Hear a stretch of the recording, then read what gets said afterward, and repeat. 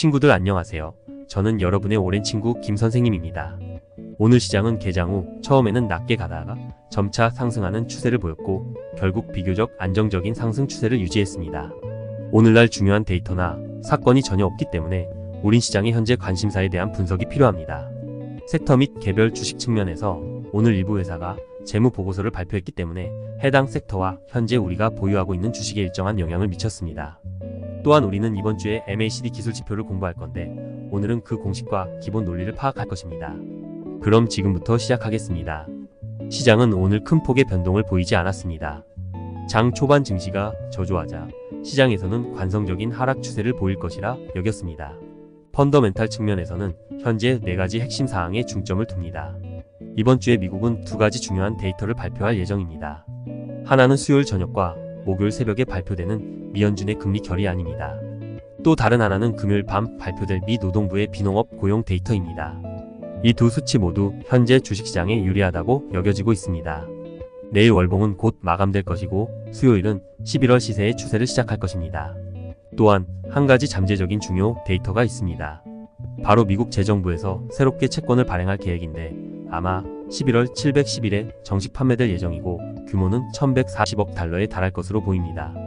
시장에서는 미국의 금리 인상과 미연준의 데이터에 대해 이미 한 가지 예상을 하고 있지만 유독 미국 채권에 대해선 비교적 큰 불확실성을 보이고 있습니다. 사우디와 중국을 비롯한 일부 국가가 현재 미국 국채를 팔고 있기 때문에 미국 국채 수익률은 계속 상승하고 있다. 따라서 이번 국채 발행으로 장기 국채를 사는 사람이 없어 국채 수익률이 계속 상승할 것이라는 우려가 시장에 제기될 수 있는 겁니다. 현재 10년 만기 국채 수익률은 이미 반응을 보였습니다. 실제로 미국 외의 각국 국채가 쉽게 팔리지 않습니다. 일본 국채 수익률도 상승하고 있으며 일본 중앙은행은 재무부가 발행한 국채를 계속 사들이고 있습니다. 비록 미연준도 미 국채를 대량 매입했지만 지난 2년간 1000억 달러의 손실을 냈습니다. 따라서 증시에게 있어 관성적인 하락세 외에 가장 중요한 악재는 미국 국채일 수 있습니다. 오늘 두 시장은 낮게 시작해 점차 높아지면서 KS 지수가 전체적으로 0.34% 올랐고 코스닥 지수가 1.15% 올랐습니다. 특히 KS200 지수가 0.14% 오르는데 그쳐 이들 종목이 가장 자금이 부족한 것으로 나타났습니다. 데이터에 따르면 KS 지수는 외자 순유출이 635억 원이었고 KS200 지수는 외자 유출이 845억 원이었으며 코스닥 지수는 외자 순유출이 600억 원이었습니다. KS 지수는 우리나라 주식시장을 대표합니다. 핵심적인 부분은 모든 대형주를 포함하고 있다는 것인데 대형주의 자금 유출은 오히려 가장 심각한 편입니다. 이는 이전에 언급한 것으로 미국 증시는 현재 하락 채널에 있으며 단기적인 반등에도 불구하고 시간이 지남에 따라 결국 계속 하락세가 이어질 수 있습니다. 외국인은 국제시장에 더 민감하기 때문에 우리 증시에서 지속적으로 방어적인 움직임을 보이고 있습니다. 오늘은 10월 30일이고 내일은 이달의 월봉이 완성됩니다. 현재로선 종가가 거의 10년 이동평균선 수준에서 큰 음봉을 형성하고 있어 큰 걱정은 없습니다. 하지만 연이어 수요일, 목요일, 금요일에 11월 시세가 시작되면서 미국의 2가지 중요한 사건 데이터가 발표될 예정입니다. 11월 시세에 대해서 저 개인적으로는 이번 주에 먼저 상승하고 그 다음에 조금 작은 최저치가 나올 수도 있겠지만 조만간 반등하는 흐름이 나타날 것 같습니다. 그러나 반등은 크지 않을 것으로 보이며 전반적인 추세는 현재 10년 이동평균선이 어느 정도 지지 역할을 발휘하고 있지만 올해 전체 장기 추세는 하락 후 상승이기 때문에 KS 지수의 경우 상승세가 아니라 하락세에서의 반등일 것입니다. 시세가 요동치면서 후기에는 상승하다가 점차 하락할 것입니다. 우리 지수뿐만 아니라 미국의 3대 지수에서도 이런 상황이 벌어질 수 있고 아시아 전체 주가 지수가 이런 흐름을 따라갈 것으로 예상됩니다. 이달 현재 최저점은 2292선이며 11월 시세는 최저 2280선까지 떨어질 전망입니다. 시세가 반등하는 1라운드는 지난달 고점을 넘지 못할 것으로 보입니다. 즉 11월 반등은 2400선까지 상승하는 것이 가능하지만 2500선까지 상승할 가능성은 낮다는 얘기입니다. 코스닥 지수의 경우 최근 며칠간 외국인이 꾸준히 추가 매수하고 있어 반등세가 클 것으로 기대하고 있습니다. 다만 두 지수 모두 10년 이동평균선 부근으로 회귀하고 있어 코스닥 지수가 다소 강세를 보일 수 있지만 장기적으로는 큰 차이가 없습니다. 저는 11월 시장 시세가 정기 저점까지 떨어진 후 잠시 반등할 수 있을 것으로 예상하고 있습니다.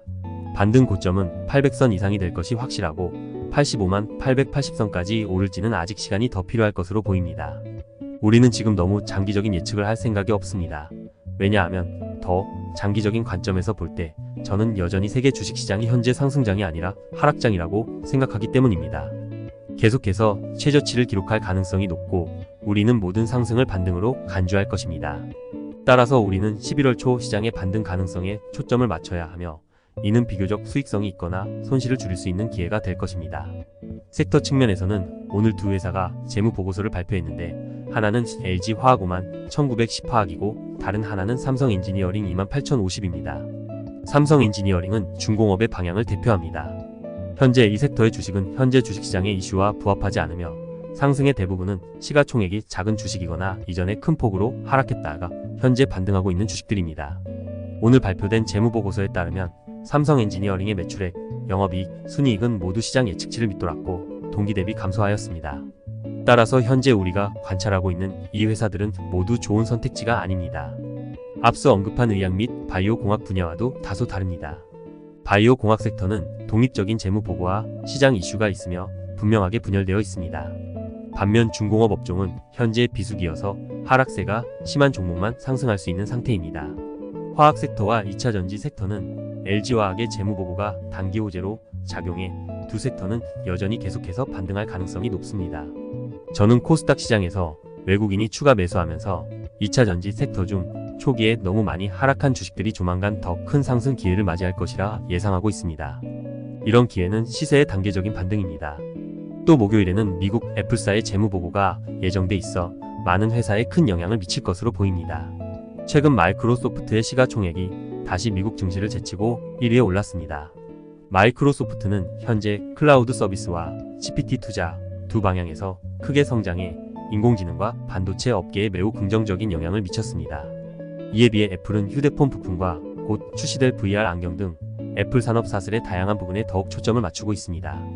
따라서 반도체는 전반적으로 더 많은 호재에 직면할 것입니다. 후속적으로 우리는 그중 일부 주식을 분석할 것입니다. 개별 주식으로는 오늘 두산 로보틱스 45만 4,910이 드디어 상승세로 돌아섰는데 이 회사는 상장한 지 이미 한 달이 지났습니다. 오늘 상승폭은 27.4%로 상한가에 근접했습니다. 8월 말 우리는 이 주식의 상장 소식을 계속 주시하고 있었고 당시 이 회사는 로봇 섹터의 상승을 이끌었고 그중 레인보우 로보틱스 27만 7,810는 한 차례 빠르게 상승했습니다. 우리가 매수한 이후 일주일 만에 50% 이상의 이익을 냈습니다. 이후 코스닥 지수가 전반적으로 하락하면서 레인보우 로보틱스도 하락했습니다. 우리는 항상 두산 로보틱스가 상장되기 전에 기관과 외국인 투자자의 관심을 받았기 때문에 정상적인 상황에서는 큰 폭의 하락이 없어야 하며 개장 직후에 바로 높은 위치에서 시작해 계속 상승할 것이라 봤습니다. 하지만 두산 로보틱스는 상장 이후 시장 전반의 자금난으로 인해 한 달 연속 하락했습니다. 오늘에서야 드디어 상승했고 한 주기의 시작이 될 수 있었습니다. 이것은 우리가 가지고 있는 레인보우 로보틱스에도 잠재적인 호재를 가져왔습니다.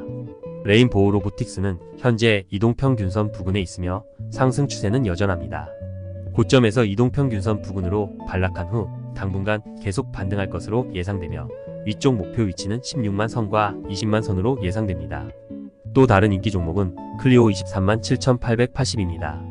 주봉과 월봉을 관찰한 바에 따르면 이 주식은 우리가 어제 이야기한 MACD 지표의 두 가지 요구사항을 충족합니다. 지난 3년 동안 MACD에서 총 4번의 신호를 경험했으며 승률이 3분의 2로 전반적인 수익성이 다소 좋은 편입니다.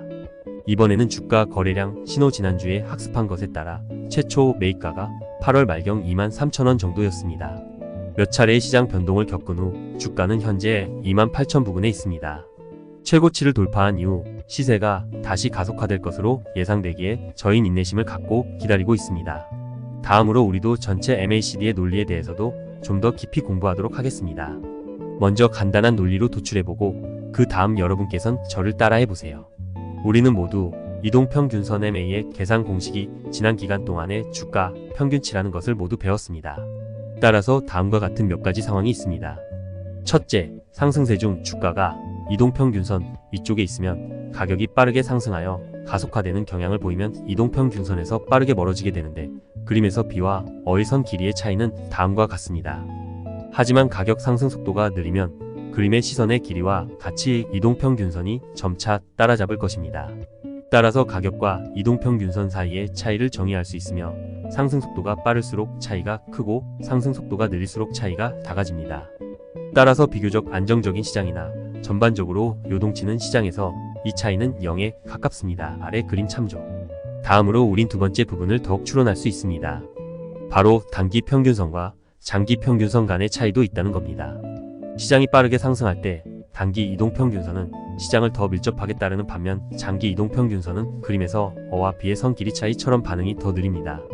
따라서 단기 이동평균선과 장기 이동평균선 사이에는 차이가 있다고 결론 지을 수 있습니다. 상승 속도가 빠를수록 그 차이는 커집니다. 상승 속도가 느리거나 시장이 전반적으로 요동치는 상태를 유지할수록 차이는 점차 작아지고 심지어 0에 가까워지게 됩니다. 셋째, 가격이 원래 하락세였다면 가격과 이동평균선의 차이는 마이너스가 됩니다. 하락 속도가 빠를수록 가격과 이동평균선의 차이가 커지며 가격 하락 속도가 느려지면 이 차이는 점차 제로에 가까워집니다. 그리고 이러한 방식으로 단기 이동평균선 및 장기 이동평균선의 실적을 추론할 수 있습니다. 따라서 우리는 가격에서 이동평균선을 뺀 차액 또는 단기 이동평균선에서 장기 이동평균선을 뺀 차액이라고 결론 지을 수 있습니다. 상승 추세에서 시장 상승 속도가 빠를수록 차이가 커지며 예를 들어 20에서 50으로 차액 이 상승하는 모습을 보입니다. 하락세에서는 시장 하락 속도가 다소 더디고 차익도 점차 0에 가까워져 마이너스 50에서 마이너스 20으로 변했다면 차익이 상승하는 모습을 보인 겁니다. 하지만 상승세에서는 주가 상승 속도가 느려져 차익이 감소합니다. 예를 들어 차익이 50에서 20으로 변경됨. 하락세에서는 주가 하락 속도가 빨라져 차익이 더 큰 마이너스로 변하며 이것 역시도 하락입니다. 예를 들어 마이너스 20에서 마이너스 50으로 변경됨. 따라서 차익의 상승에는 시장 하락 속도가 느려지는 경우와 시장 상승 속도가 빨라지는 두 가지 상태가 있습니다. 여러분 먼저 위의 내용을 이해해 보세요.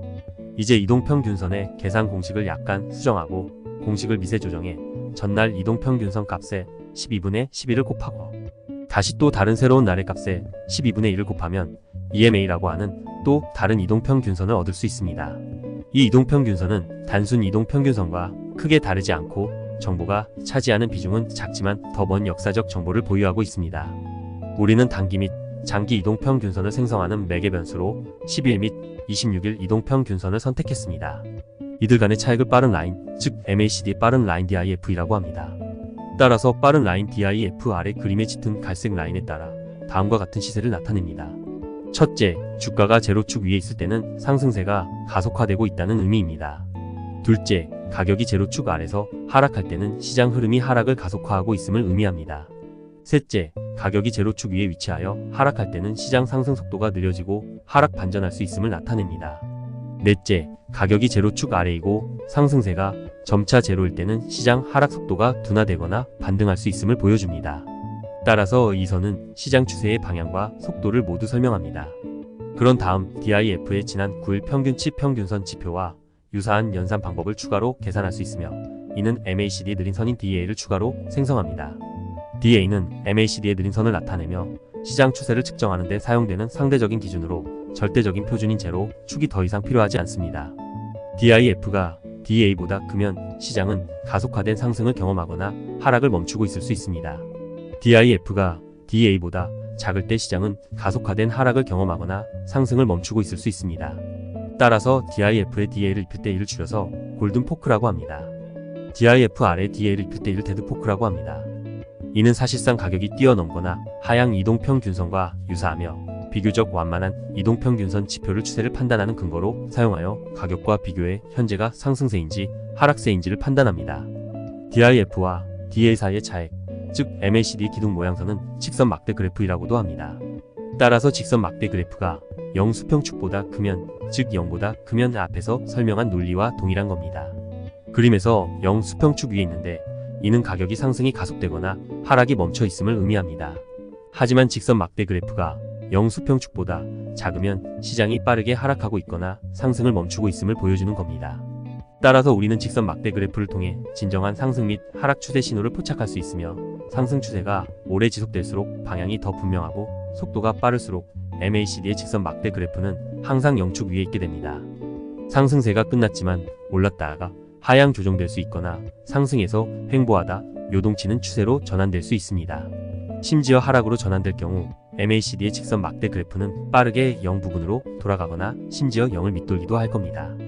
이러한 방식으로 우리는 MACD의 세 가지 구성 요소, 즉 DIF, DA 및 직선 막대 그래프와 기본 공식 및 논리적 기초를 이해할 수 있습니다.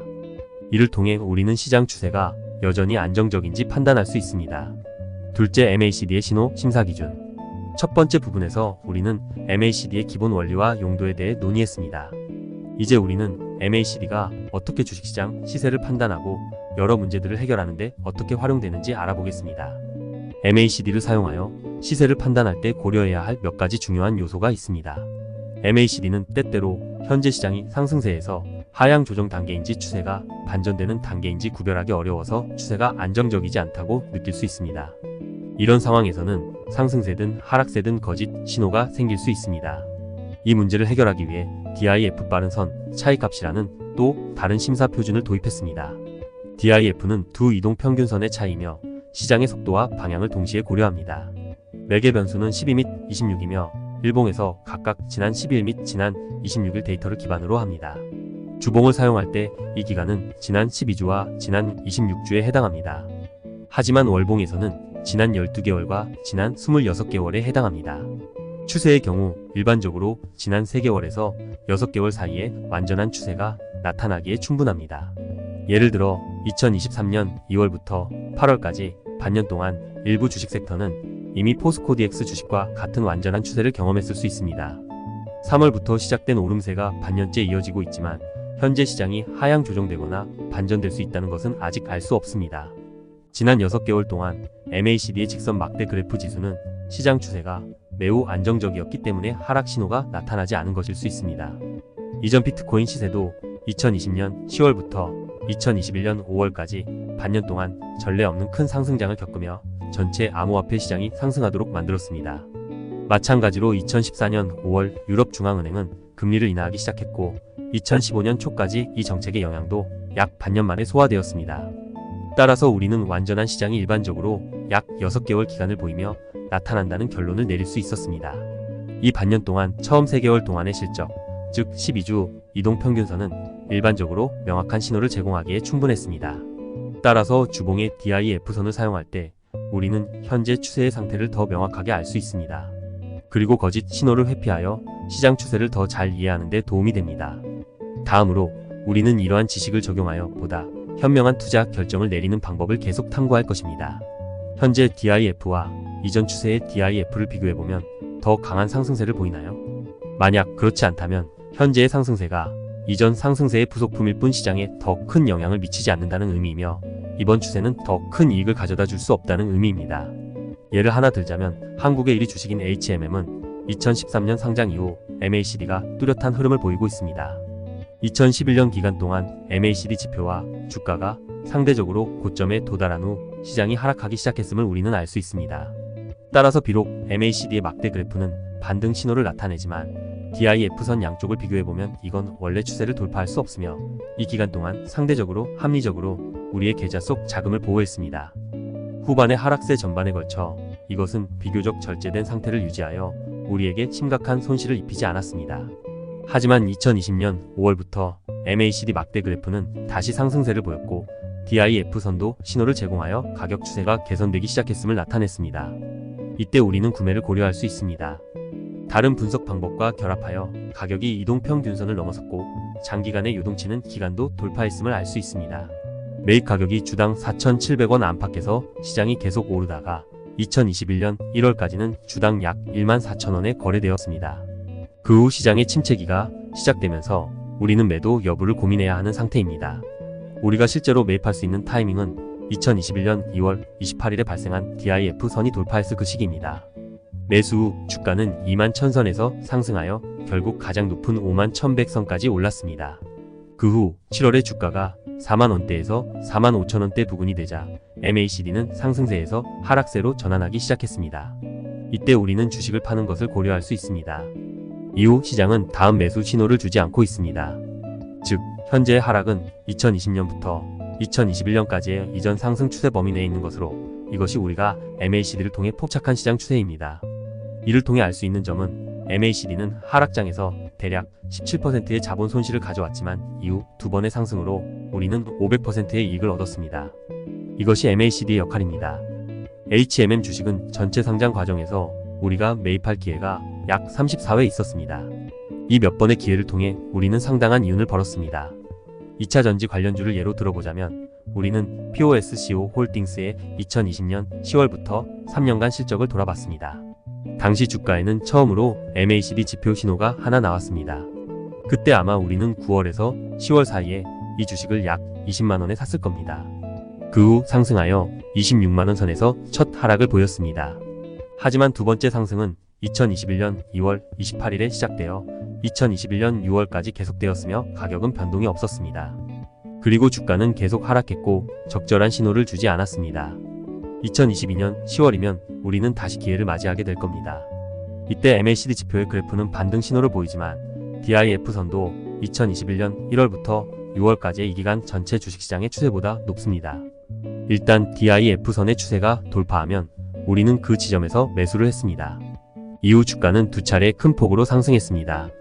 후반 시장은 급격한 변동 상황에 속하는데 이때 MACD 지표는 더 이상 사용하기 적합하지 않았고 거래량과 같은 다른 지표가 더 도움이 됐습니다. MACD는 우리가 두 차례의 추세 시세를 식별하는 데 도움을 주었고 전체 수익은 약 50%에 달했습니다. 이것의 장점은 우리가 시장에 오랫동안 집중할 필요가 없고 그저 특정 상황에서 신호를 관찰하고 일정 기간 동안만 유지하기만 하면 된다는 점입니다. 이 두 가지 사례를 통해 MACD가 완전히 종가를 기반으로 계산하고 각 K라인의 최고가 및 최저가와 같은 세부 사항에 크게 관심이 없기 때문에 전형적인 추세 지표임을 알 수 있습니다. 어떤 K라인이 십자형, 긴 봉차트의 윗꼬리, 긴 봉차트의 아랫꼬리를 형성하거나 거래량이 현저히 증가하면 모두 MACD의 판단 범위에 속하지 않습니다. 따라서 우리의 지식 시스템은 MACD 지표뿐만 아니라 여러 측면을 포함합니다. 그러나 그것은 모든 라운드의 실제 큰 장세에서 중요한 역할을 할 수 있어 우리가 상당한 이익을 얻을 수 있도록 도와줍니다. 수학 공식 부분은 여러분이 완전히 이해하지 못해도 괜찮습니다. 한편 우리는 계속 공부하며 시간이 쌓이면서 점차적으로 파악해 나갈 것이고 또 다른 한편으로는 결국 여러분은 MACD를 계산하는 공식을 이해하지 못하더라도 DIF선, DA선 및 직선 막대 그래프를 포함하여 MACD를 주로 구성하는 부분만 기억하면 됩니다. 일단 신호가 나타나기만 하면 우리는 매수할 것입니다. 앞으로 며칠 동안 저는 MACD의 다른 용도와 논리에 대해 여러분과 계속 논의할 것입니다. 한편으로는 우리가 이전에 배운 주가와 거래량 방법의 결합, 그리고 지지와 저항 등의 요인 분석 등은 승률을 높이는 데 도움이 될 것입니다. 또 다른 한편으로는 손절, 익절 및 지분 보유 관찰 기간과 같은 지표에 대한 심층 연구를 수행하여 구체적인 거래 세부 사항을 분석할 것입니다. 이것이 바로 오늘 우리가 배운 MACD의 내용입니다. 질문이 있으면 언제든지 제 조교에게 질문해주세요. 마지막으로 오늘 나눈 내용을 정리해 보겠습니다. 이번 주에 가장 중요한 4가지 사건은 미국의 금리 결의안과 미국의 비농업 일자리 데이터 그리고 미 재무부의 신규 채권 발행 계획 및 월봉의 장 마감입니다. 시장에서는 이미 미국의 금리 인상과 미연준의 데이터에 대한 전망이 나오고 있지만 유독 미국 채권과 월봉에만 우리가 매매할 여지가 있습니다. 또 최근 섹터와 주식에 대해 여전히 주목해야 할 부분은 화학 2차 전지 분야입니다. 물론 2차 전지 전체 추세가 장기적으로 봤을 때 한동안 멈춰 정비할 수 있다는 것은 알고 있지만 단기적인 반등은 계속될 것입니다. 또 로봇을 포함한 우리가 보유한 주식도 호재를 맞았습니다. 또한 우리는 MACD의 세 번째 부분에서 공식, 구성 요소, 사용 방법 및 해당 논리를 포함해 MACD 지표를 공부했습니다. 여러분 모두 MACD 지표에 대한 내용을 좀 더 깊이 있게 파악하여 능숙하게 사용하시기 바랍니다. 내일 아침 저는 여러분을 위해 주식시장의 시작과 장중 실적에 관한 분석과 예측을 계속 공유할 것입니다. 그럼 내일 뵙겠습니다.